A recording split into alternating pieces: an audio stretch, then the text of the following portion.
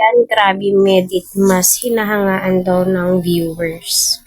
At grabe kung mag-live itong si Medit. Napakadaming supporters. Marami nga pong umaabang sa kanya at marami daw hong blessings ang dumarating kay Medit.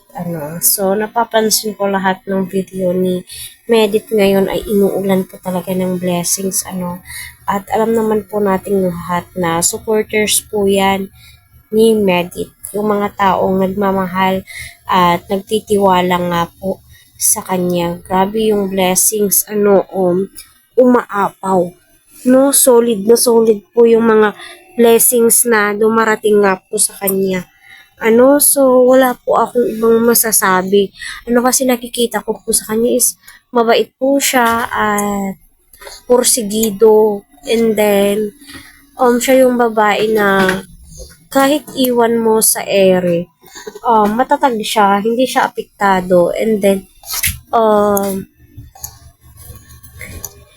marunong po siyang magnegosyo. Yung kaya niyang tumayo sa sarili po niyang paa. Yun po yung nakikita ko. Hindi po kawalan sa kanya, Kasi tignan nyo naman po, yung blessings, no? Busy po talaga siya. May endorsement na po siya. Maraming sumusuporta, nagtitiwala sa kanya. Kaya wala ka po talagang masasabi.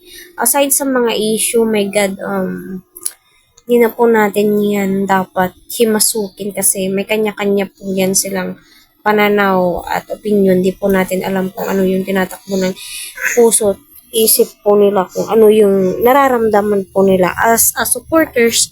Yan po yung nasimulan and syempre masasaktan din po talaga, pero wala pong magagawa at kailangan mag-move on, di ba?